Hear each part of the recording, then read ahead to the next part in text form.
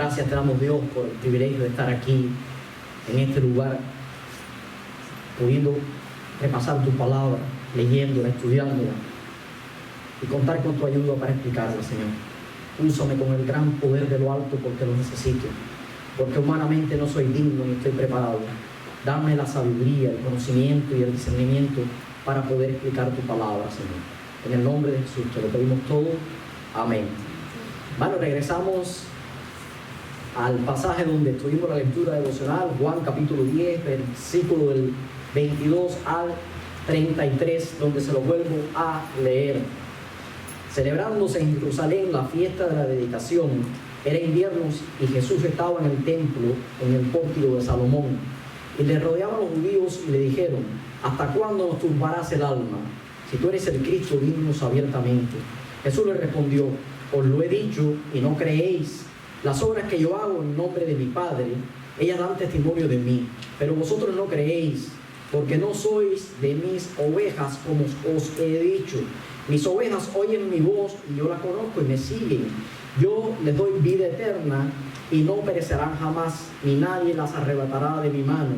Mi Padre que me las dio es mayor que todos y nadie las puede arrebatar de la mano de mi Padre. Yo y el Padre uno somos. Entonces los judíos volvieron a tomar piedras para apedrearle. Jesús le respondió: muchas buenas obras os he mostrado de mi Padre, ¿por cuál de ellas me apedreáis? Le respondieron los judíos diciendo: por buenas obras no te apedreamos, sino por la blasfemia, porque tú, siendo hombre, te haces Dios. Y este pasaje de Juan 10, este final del pasaje de Juan 10, marca la presentación pública del ministerio del Señor Jesús en su final. Quiere decir con esto que gracias a Dios llegamos hoy al final de esta serie de mensajes del ministerio público del Señor Jesús con este final. Jesús había viajado por toda Palestina a todo lo largo y ancho por más de 3 años. Allí había enseñado a sus discípulos, había hecho sanaciones, había desenmascarado la falsa religión, los hipócritas, había educado y había enseñado, y sobre todo había hecho grandes obras, milagros y prodigios, como dice la palabra del Señor, que decían con claridad lo que más me gusta a mí y seguro que a ustedes también, de lo que expone Juan en su evangelio, que es la deidad del Señor Jesús. Jesús es el Mesías enviado por parte de Dios. En estas palabras vemos la última confrontación de el Señor Jesús con estos judíos hipócritas, y donde Jesús le muestra sus obras y sus palabras como última representación de que Él era el Mesías enviado. Pero lamentablemente, no solo en aquella época, sino hoy también, a Jesús no le creen por sus obras, sus milagros, sus prodigios, sino que se aferran al pecado, les gusta más el pecado, y Satanás los enceguece y no pueden ver al Mesías prometido, al Salvador del mundo. Y en este final del capítulo 10 vemos la última presentación, como les había dicho, del ministerio público del Señor Jesús, en una confrontación de los judíos hipócritas y el Señor Jesús. El énfasis de este mensaje es Jesús, el Mesías enviado. Y lo vamos a ver a 3 puntos. En 3 puntos muy personalizados. Estos 3 puntos los vamos a ver en forma de preguntas y respuestas. El primer punto, la pregunta de los judíos es: ¿eres realmente el Cristo? El segundo punto: sí, yo y el Padre uno somos. Y el tercer punto: ¿te haces Dios? Te condenamos. Y vemos entonces, volvemos a la palabra, al primer punto: ¿eres realmente el Cristo? Con esta interrogante comenzamos y vamos nuevamente a la Biblia. Vayan allí y síganme, mis queridos hermanos. Versículos del 22 al 24. Celebrándose en Jerusalén la fiesta de la dedicación, era invierno, y Jesús andaba en el templo, en el pórtico de Salomón, y le rodearon los judíos y le dijeron: ¿hasta cuándo nos turbarás el alma? Tú eres el Cristo, dínoslo abiertamente. Bueno, y aquí ahora vemos la fiesta de la dedicación, como dice la palabra del Señor, que es el escenario donde se desarrolla este evento.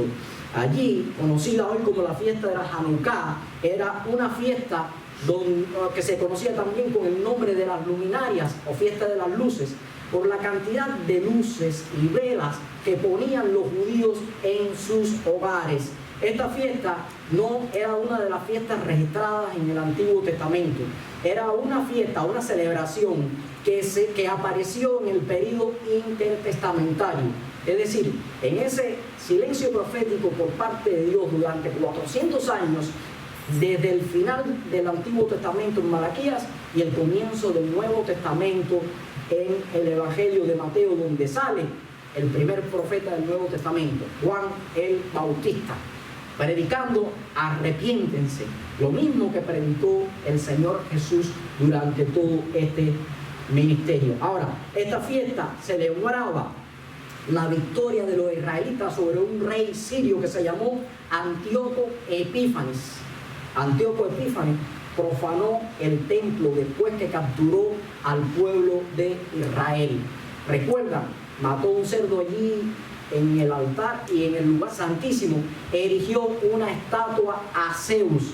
Antíoco fue el primer rey pagano que persiguió deliberadamente al pueblo judío por su religión.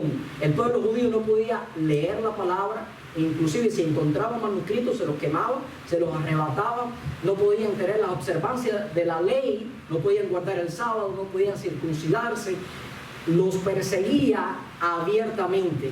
Y durante 3 años una guerrilla liderada por un gran líder militar que se llamó Judas Macabeo derrotó a este rey pagano y volvió a tomar al pueblo de Israel y llegó allí al templo, rescató el templo y hizo una rededicación al templo. Y esto es lo que celebra la fiesta de la dedicación, donde el Señor Jesús está hablando. Ahora dice la palabra del Señor, sigan conmigo en el versículo, que era en invierno. Esta fiesta se celebraba en invierno, aproximadamente entre los meses entre noviembre y diciembre.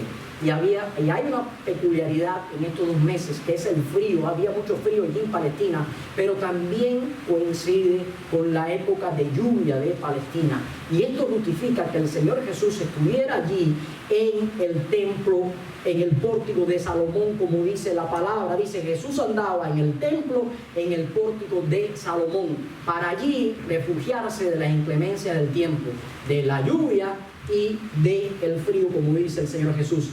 Ahora, sucede algo, vayamos al versículo 24. Dice que los judíos lo rodean y hay una gran incógnita, una gran pregunta que le hacen estos judíos. Versículo 24. ¿Hasta cuándo nos turbarás el alma? Si tú eres el Cristo, dínoslo abiertamente. Y realmente esta es una gran pregunta, una pregunta que todos nosotros deberíamos de hacernos. ¿Eres tú el Cristo, el Mesías enviado de Dios? ¿Eres tú el que dices que eres el Hijo de Dios y que hace todas las obras, como dice más adelante, que el Señor te manda hacer? Y miren la pregunta, dice que ellos se turbaban, los tenía turbados el solo hecho de la presencia de Jesús.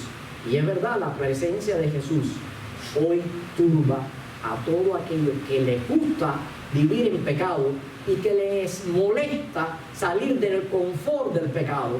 Aparentemente la senda ancha del pecado lleva a aquellos que viven en él en lujurias, en placeres, no tienen que tener preocupación por nada. Es una senda ancha y muy cómoda, pero que el Mesías aparezca, el Mesías enviado del Señor, y aparezca en la vida de alguien, eso turba. Y ellos estaban turbados, pero turban a aquellos que no son sus ovejas. Y esto es un mensaje que lo tenemos fresco. Los que no escuchan la voz del Señor, lo escuchamos el domingo pasado y el Señor lo hace reiterativo aquí. El que no es del rebaño del Señor, pueblo escogido de Dios, hombres y mujeres, hermanos y hermanas como usted y yo, amigo o amiga que me está viendo por internet, que somos salvos y tenemos la salvación y Jesús lo reconocemos como el Mesías enviado, pues entonces sentimos gozo y amor. No sentimos la turbación que sentían estos judíos hipócritas. Ahora, hicieron una pregunta que era sincera, pero las intenciones no eran las correctas. Ellos estaban tratando de que el Señor Jesús dijera algo fuera de lugar para poder apresarlos y poder ajusticiarlos.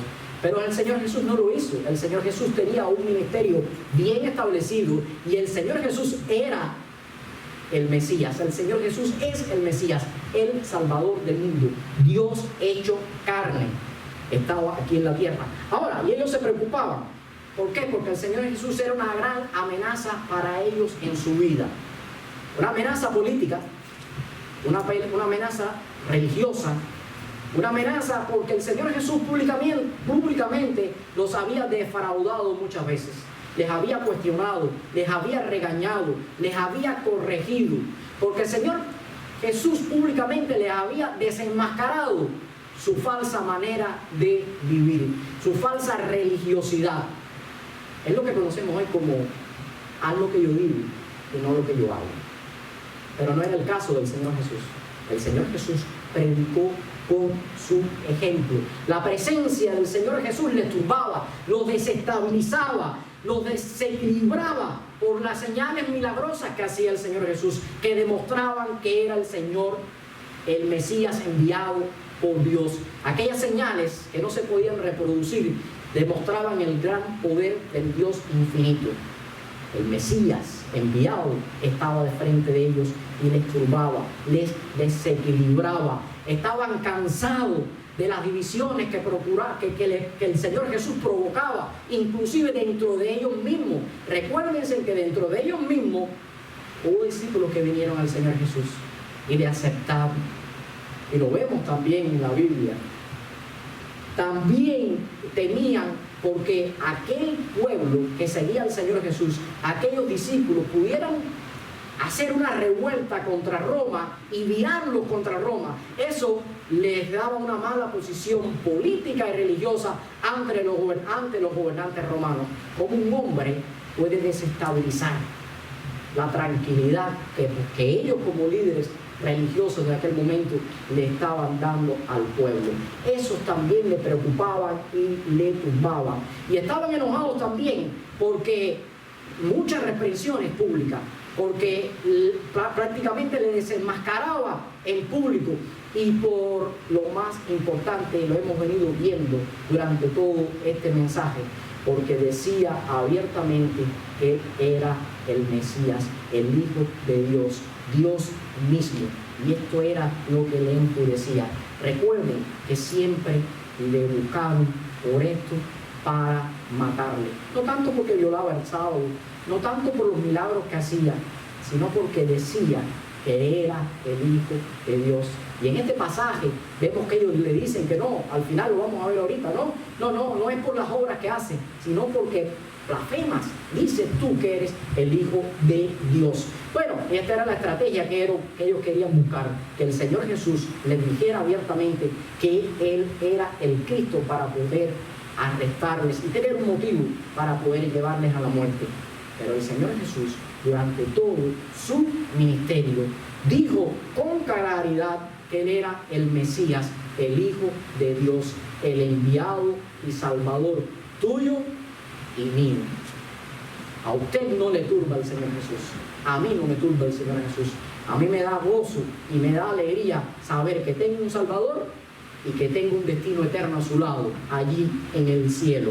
El segundo punto, sí, yo y el Padre uno somos. Vamos ahora a la Biblia, versículos del 25 al 31. Jesús respondió: os lo he dicho y no creéis las obras que yo hago en nombre de mi Padre. Ellas dan testimonio de mí, pero vosotros no creéis porque no sois de mis ovejas. Como os he dicho, mis ovejas oyen mi voz y yo les conozco y me siguen, y yo les doy mi vida eterna. Y yo les doy vida eterna y no perecerán jamás, ni nadie las arrebatará de mi mano. Mi Padre que me las dio es mayor que todos, y nadie las puede arrebatar de la mano de mi Padre. Yo y el Padre uno somos. Entonces los judíos volvieron a tomar piedras para apedrearle. Y miren cómo comienza el versículo. Jesús dijo: sí, yo lo he dicho. Sí, yo se lo he dicho abiertamente quién yo era. ¿Por qué me preguntan si yo lo he demostrado? No solo, sino que dice: las obras que yo hago en el nombre del Padre lo hago.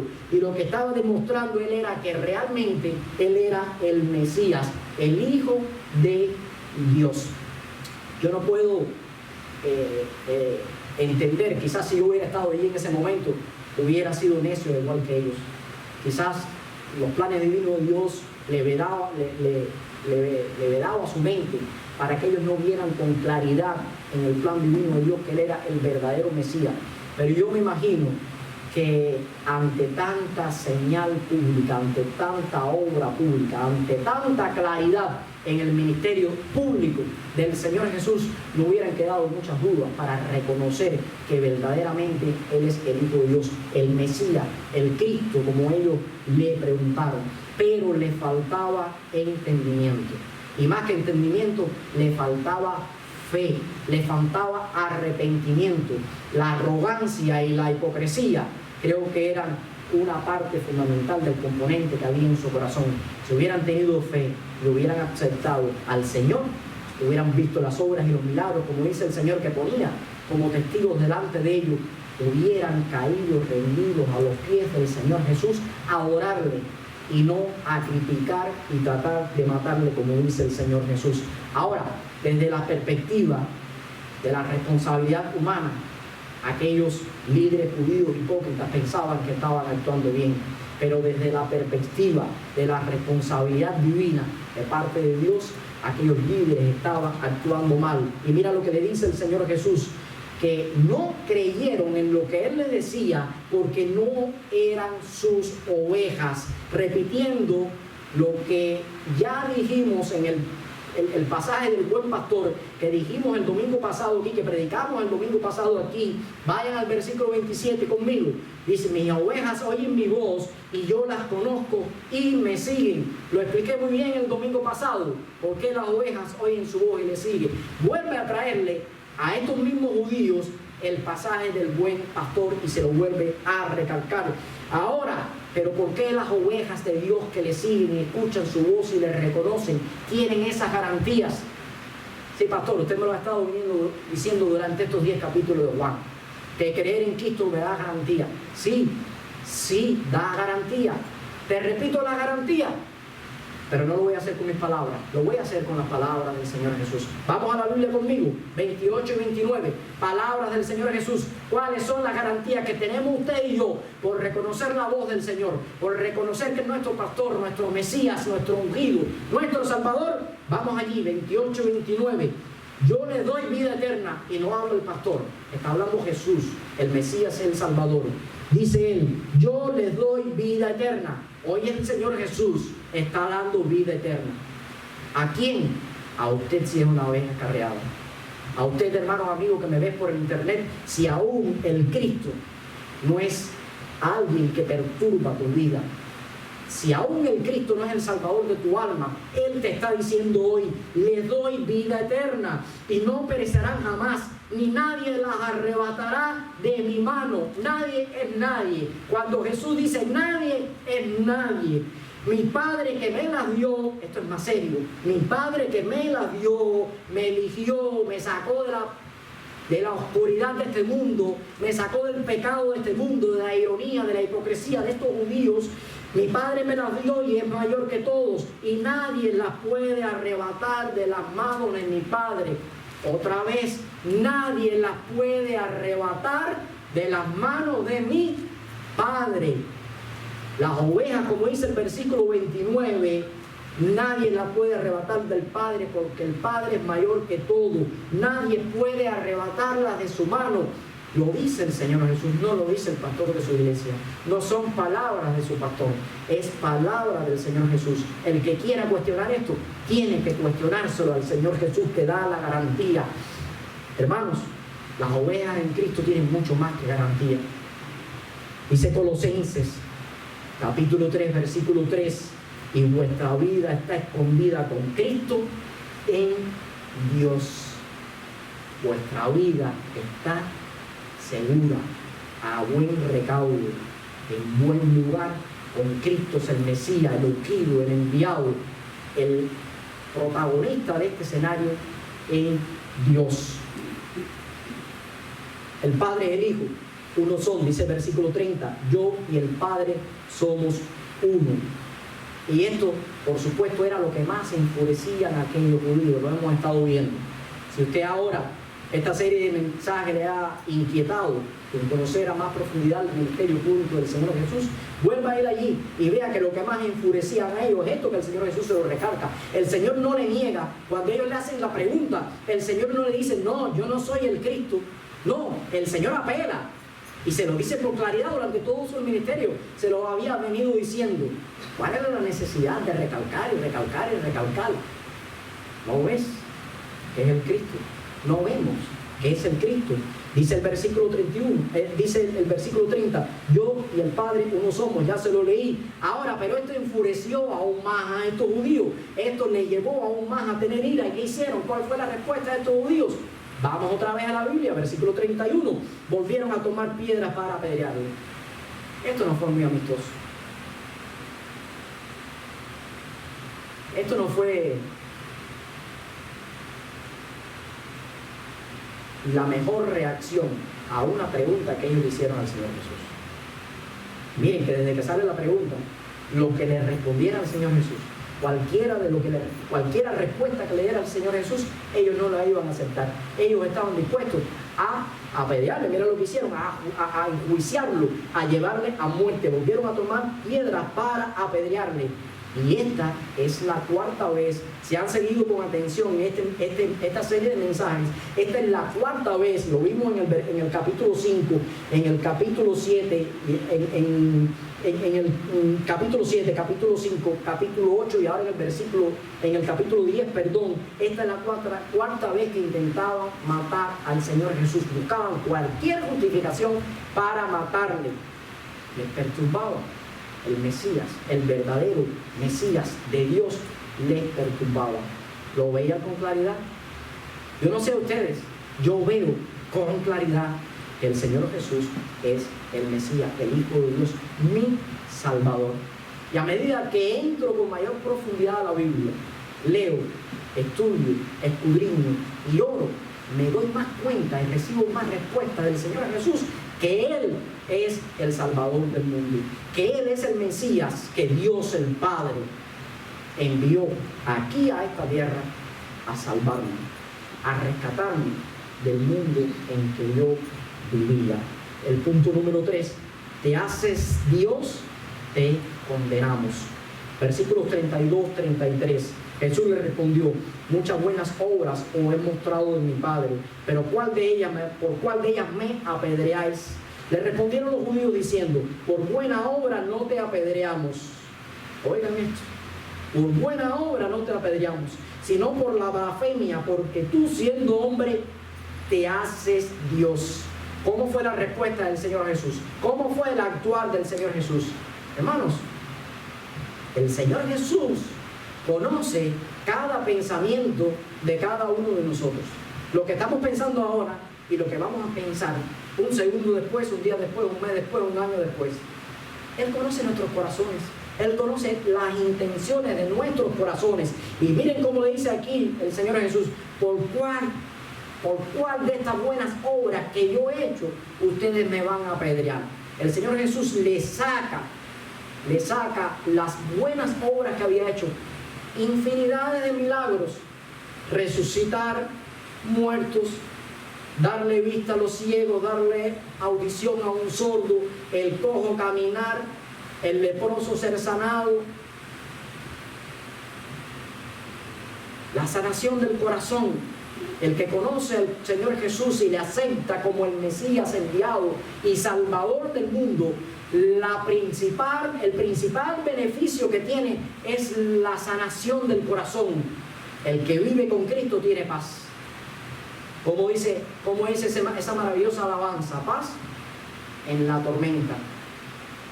No es que no vayamos a tener dificultades, pero por cualquiera que sean las dificultades que vengan en nuestra vida, vamos a tener paz en el Mesías enviado por Dios, en el sanador.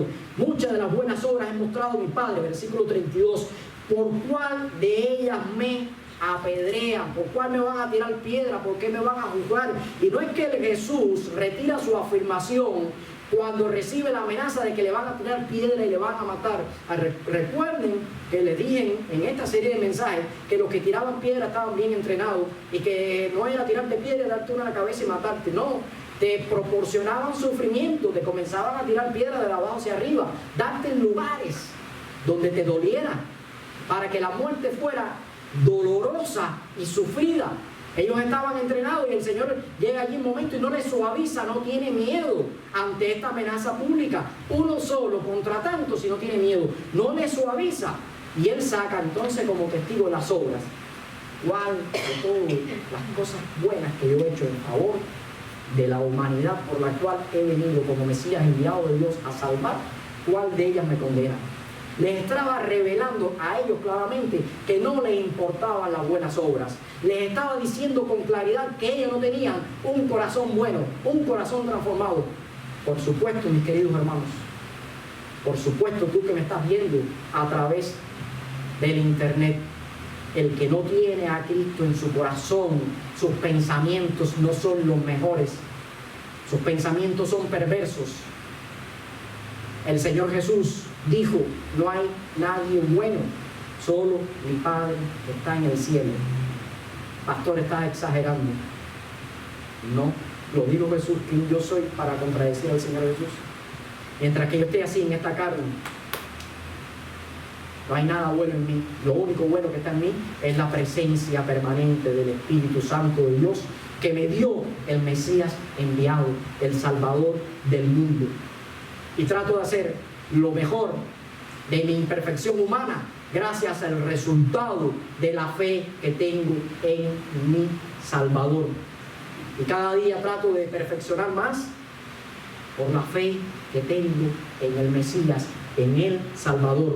Ahora, los judíos enfurecidos, vamos al versículo 33, no le importaron las buenas obras, como le iba diciendo. Le respondieron, por buenas obras no te apedreamos, sino por la blasfemia, porque tú siendo hombre te haces Dios. Todas las señales que el Señor Jesús hizo, todas las palabras que el Señor Jesús hizo, todas las enseñanzas que el Jesús hizo, apuntaban a una deidad, probaban que Él y el Padre uno eran, como dijo el Señor Jesús ahí. No había blasfemia en obras demostradas. Si yo predico con mi ejemplo y ustedes ven el resultado de mi obra con ejemplo, yo les puedo decir cualquier palabra. El resultado de la acción que yo hice es la que va a decir quién realmente soy. Si digo o no estoy diciendo la verdad o estoy mintiendo públicamente. No había nada escondido en el ministerio público del Señor Jesús. El Señor Jesús no vino a hacer cosas buenas para que se vieran públicamente y por detrás hacía cosas malas. Ese no es mi Salvador, ese no es el ungido, ese no es mi Señor Jesús. El Señor Jesús hizo obras buenas y perfectas desde que puso los pies en la tierra hasta el final de su vida, a tal punto que puedo estar seguro de ello. ¿Ustedes saben por qué? Porque la tumba está vacía. Si el Señor Jesús, el sacrificio, la vida y obra del Señor Jesús no hubieran satisfacido a Dios, si Dios no hubiera quedado satisfecho por lo que hizo el Señor Jesús, no le hubiera levantado de la tumba. Esa tumba vacía me dice a mí que el Señor Jesús tuvo un ministerio público abierto, claro, transparente, y que sus obras demostraban la deidad divina. Que Él esté sentado hoy intercediendo por ti y por mí a la diestra del Padre, casi en un pronto regreso, por ti y por mí, demuestra que el Señor Jesús tuvo un ministerio público, claro, transparente, cuyas obras demostraban que Él era el Mesías de Dios. Filipenses capítulo 2, versículo del 6 al 8, dice: el cual siendo en la forma de Dios no estimó el ser igual a Dios como cosa a que aferrarse. Esta humillación del Mesías, del enviado, es la prueba eminente de que es Dios. No tenía necesidad de humillarse, repito, el cual siendo en forma de Dios no estimó el ser igual a Dios como cosa que aferrarse, sino que se despojó a sí mismo, tomando forma de siervo, hecho semejante a los hombres, y estando en la condición de hombre, se humilló a sí mismo, haciéndose obediente hasta la muerte, y muerte de cruz. Una muerte en la cruz por ti y por mí, y por ti, querido hermano y amigo, y por ti, amado familiar, que sé que me ves y que todavía Cristo no es el Salvador de tu vida. Te exhorto a que vengas a la palabra del Señor. Te exhorto a que le aceptes como el Mesías, que su presencia no te turbe, no te perturbe, porque en Cristo es donde único hay paz. En Cristo es donde único hay consuelo. En Cristo es donde único hay salvación.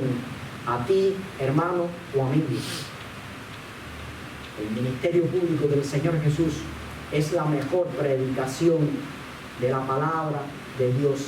Cada enseñanza de nuestro Señor debe de permanecer en nuestra mente y en nuestros corazones, y no hacer lo que hicieron estos judíos hipócritas que comenzaron rechazando al Señor Jesús. Y este fue el principio del gran rechazo del Señor Jesús.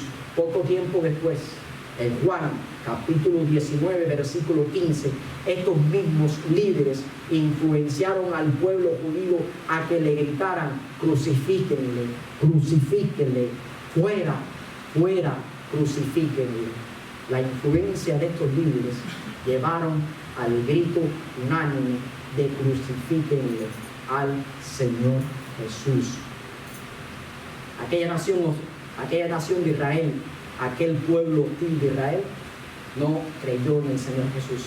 Hoy este mundo, la mayoría de este mundo, no cree en nuestro Señor Jesús. No obstante, quienes le aceptan como el Mesías, como el Salvador, tienen la gran garantía de la salvación. Viven por fe, viven arrepentidos, y el Señor Jesús, nuevamente le repito, le trae la paz que este mundo necesita. A ellos se le dará, como dice Juan capítulo 1, versículo 12, potestad para ser llamados hijos de Dios. A todos, a usted que me está viendo, tienes la posibilidad de tener la potestad de ser hecho hijo de Dios. Acéptale como su Salvador personal. Terminamos el ministerio público de nuestro Señor Jesús con la gran enseñanza de que Él es el Hijo de Dios, el ungido de Dios, con la garantía de que usted y yo, como pueblo escogido, como ovejas escogidas, que escuchamos y aceptamos su voz, seguimos fielmente a nuestro Señor.